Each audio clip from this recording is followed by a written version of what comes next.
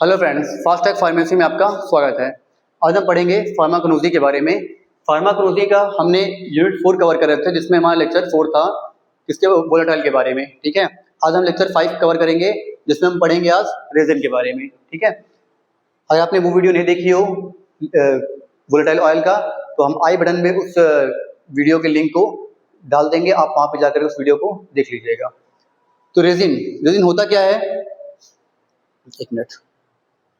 Solid और semi solid plant product, ये क्या होते हैं?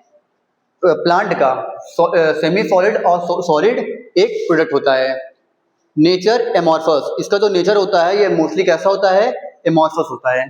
ठीक है, इनसॉल्युबल इन वाटर, ये वाटर में इनसॉल्युबल होते हैं। ठीक है, soluble in alcohol, ether and chloroform, लेकिन एल्कोहल, ईथर और क्लोरोफॉर्म में ये सॉल्युबल होते हैं। किसमें होगा? वाटर में इनसॉल्युबल, मतलब वाटर में ये नहीं घुलेगा, लेकिन ये एल्कोहल हो गया, ईथर हो गया, क्लोरोफॉर्म हो गया, इन सब में ये सॉल्युबल होगा। ठीक है, essential oil is oxidation, essential oil के ऑक्सीडेशन से बनते हैं। ये जो ये हमारे रेजिन बनते हैं वो इसेंशियल ऑयल के जब उसका ऑक्सीडेशन कराते हैं तब ये बनता है। फाउंड इन प्लांट डक्ट और द कैविटीज, प्लांट के डक्ट या कैविटीज में पाए जाते हैं ये। ठीक है, यूज्ड इन वार्निश में यूज किया जाता है, एडेसिव में यूज किया जाता है, परफ्यूम्स इससे बनाए जाते हैं, और मेडिसिन में इसका यूज किया जाता है। ठीक है, सो कैथलेटिक, एंटीसेप्टिक, एक्सपेक्टोरेंट और एक्शन। कुछ रेजिन के एक्शन कैसे होते हैं? कैथलेटिक होता है, एंटीसेप्टिक का होता है और एक्सपेक्टोरेंट का होता है। ठीक है, mixture of resin, acid, alcohol and nature resin, ये किसका मिक्सचर होता है? ये acid, alcohol and natural resins का होता है। ठीक है, अब आते हैं occurrence and distribution. Obtain mainly from plant, ये रेजिन हमको कहाँ से मिलता है? मेनली प्लांट से मिलता है, प्लांट एंड प्लांट पार्ट से मिलता है। ठीक है, अबंडेंट इन पाइनेशिया, लेगुमिनेशिया, एनकार्डेशिया, ब्यूरेशिया फैमिलीज, ये अधिकतर किन फैमिली से पाए जाते हैं? कुछ फैमिलीज यहाँ पे दिया है, जैसे पाइनेशिया हो गया, ठीक है, लेगुमिनेशिया हो गया, एनकार्डेशिया हो गया, ब्यूरेशिया हो गया। ठीक है, ये सब फैमिलीज हैं जहाँ पे रेजिन हमें मिलते हैं। Present in stem, bark, leaves and fruit, ये हम कहाँ प्रेजेंट होते हैं? प्लांट के पार्ट में। तो प्लांट का पार्ट स्टेम, बार्क, लीव्स और फ्रूट में ये हम मोस्टली प्रेजेंट होते हैं। ठीक है, stored in duct, cavities, gland, ये कहाँ पे स्टोर्ड होते हैं? डक्ट में, कैविटीज में और ग्लैंड्स में, ये वहाँ पे स्टोर्ड होते हैं। Formed by oxidation of volatile oil, volatile oil के ऑक्सीडेशन से के थ्रू ये फॉर्म किए जाते हैं, मतलब बनते हैं। Found as natural oxidates from injured plant part, injured plant part से इसको हम लोग क्या करते हैं? ऑक्सीडेट और फाउंड करते हैं।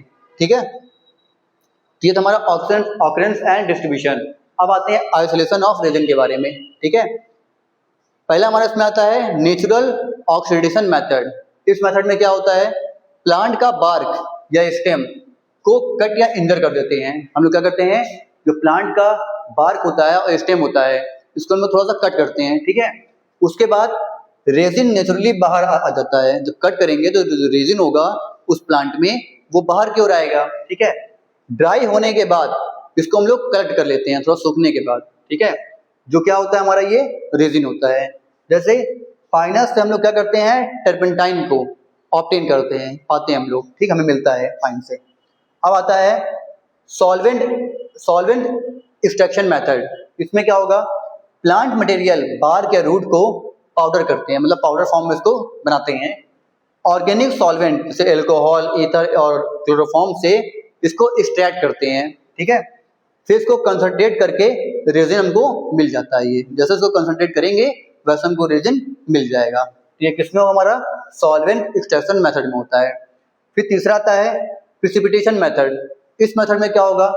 प्लांट एक्सट्रैक्ट को एल्कोहल में बनाते हैं। ठीक है, उसे वाटर में फिर डालते हैं, फिर रेजिन इंसॉल्युबल होने की वजह से प्रिसिपिटेट हो जाता है, मतलब उसमें मिल जाता है। फिल्टर करके कलेक्ट कर लेते हैं। ठीक है, तो ये क्या होगा? जब कलेक्ट करेंगे तो हमको रेजिन उससे मिल जाएगा। ठीक, अब आता है केमिकल मेथड। इस मेथड में क्या होगा कि कुछ रेजिन को केमिकल ट्रीटमेंट से भी ऑब्टेन किया जाता है, जो क्या है, ये बहुत ही रेयर मेथड है, ठीक है, जिसमें हम लोग केमिकल का यूज करेंगे। अब उसके बाद आता है आइडेंटिफिकेशन टेस्ट। पहला टेस्ट हमारा है उसमें सॉल्युबिलिटी टेस्ट। रेजिन और इनसॉल्युबल इन वाटर। रेजिन तुम्हारा क्या होता है, वाटर में इनसॉल्युबल होता है, but soluble in alcohol, ethanol, chloroform, ये तो पता ही होगा, ठीक है, जिसमें मैंने बताया पहले इसमें टॉपिक्स में। अब आया टर्बिडिटी टेस्ट। अब दूसरा टेस्ट हमारा है टर्बिडिटी को टेस्ट करना, इसका धुंधलापन को टेस्ट करना, ठीक है। Alcoholic solution of resin when diluted with water give milky turbidity. हम लोग क्या करते हैं, एल्कोहलिक सॉल्यूशन को जब रेजिन में क्या करते हैं, डाइल्यूट करते हैं वाटर के साथ रेजिन को, तो वो कैसा देगा, एक मिल्की टर्बिडिटी, जैसे होता है ना दूधिया, मिल्क मतलब मिल्क, दूध की जैसा टर्बिडिटी, धुंधलापन दिखाई देगा, ठीक है। अब आया फेरिक क्लोराइड एसिड। इसमें क्या होगा, एल्कोहलिक सॉल्यूशन लेंगे, उसमें FeCl3 यही फेरिक क्लोराइड को उसमें मिलाएंगे, तो कैसा कलर देगा, ब्राउन और ग्रीन कलर देगा, ठीक है। ये हमारा हो गया फेरिक क्लोराइड टेस्ट। अगर उसके अंदर रेजिन प्रेजेंट है तब ये कलर देगा ब्राउन और ग्रीन कलर, ठीक है। अब आया burning test. Resin burn with a smoky flame. एक स्मोकी फ्लेम में रेजिन को हम लोग बर्न करेंगे, एंड एरोमेटिक ऑर्डर, और उससे क्या होगा, ऑर्डर कैसा हो जाएगा, वो एरोमेटिक हो जाएगा, ठीक है। अगर एरोमेटिक ऑर्डर में हो गया तो मतलब वो क्या है, रेजिन उसमें प्रेजेंट है। फिर प्रिसिपिटेशन टेस्ट, ठीक है, इसमें क्या होगा, रेजिन एल्कोहलिक एक्सट्रैक्शन स्टार्ट करेंगे, उसके बाद उसमें वाटर को मिलाएंगे, एंड देन उसमें क्या होगा, एक प्रिसिपिटेट फॉर्म होगा, एक प्रिसिपिटेट बनेगा उसमें, ठीक है। अगर बन गया तो रेजिन उसमें प्रेजेंट है, ठीक है। अब आते हैं उसके बाद थेरेप्यूटिक एक्टिविटी ऑफ रेजिन के बारे में पढ़ते हैं। तो पहला हमारा एंटीसेप्टिक, जो क्या करता है, इन्फेक्शन को रोकता है, प्रिवेंट करता है। दूसरा एंटी माइक्रोबियल, जिसमें क्या करेगा, बैक्टीरिया और फंगी को किल कर देगा, मार देगा। तीसरा एक्सपोर्टेंट, इसमें क्या होगा, इसको हम कफ के लिए यूज करते हैं, ठीक है, जो कफ होता है हमारे गले में, जो उसके लिए होता है ये। लग्जेटिव और परगेटिव, ये क्या होता है, कॉन्स्टिपेशन को रिलीव करने के लिए, ठीक है। उसके बाद एंटी कैंसर में some resin are in anti cancer cancer therapy. कुछ रेजिन का यूज कैंसर की थेरेपी में किया जाता है, जैसे कीमोथेरेपी होता है, उसमें रेजिन का यूज बहुत होता है, मोस्टली होता है। फिर एंटी रिदमिक में यूज इन आर्टरीज हमारे हार्ट में, उसके लिए होता है। एंटी इन्फ्लामेटरी, इसमें क्या होगा, रिड्यूस पेन एंड स्वेलिंग, ये दर्द को और सूजन को कम करने में हेल्प करता है, ठीक है। और उसके बाद हमारा आता है एप्लीकेशन ऑफ रेजिन। सेम वही डेंटल में होता है, फिलिंग और सीमेंट, दांत की जो हमारी टीथ होता है उसकी फिलिंग के लिए, उसमें सीमेंट के लिए रेजिन यूज करते हैं। परफ्यूम बनाने के लिए, ठीक है, मेडिसिन बनाने के लिए करते हैं, लग्जेटिव, एंटी कैंसर, एक्सपेक्टोरेंट और एंटीसेप्टिक के लिए। फूड इंडस्ट्री में होता है, कोटिंग और ग्लेजिंग के लिए होता है, ठीक है।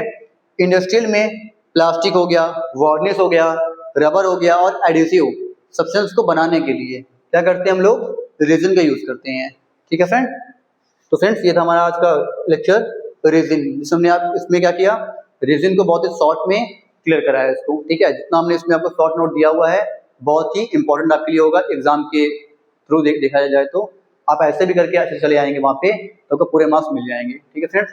तो वीडियो फ्रेंड जैसी भी आपको लगी हो आप इसको लाइक कीजिएगा, सब्सक्राइब कीजिएगा और वीडियो को ज़्यादा से ज़्यादा शेयर कीजिएगा, ठीक है फ्रेंड्स। जय हिंद, जय भारत।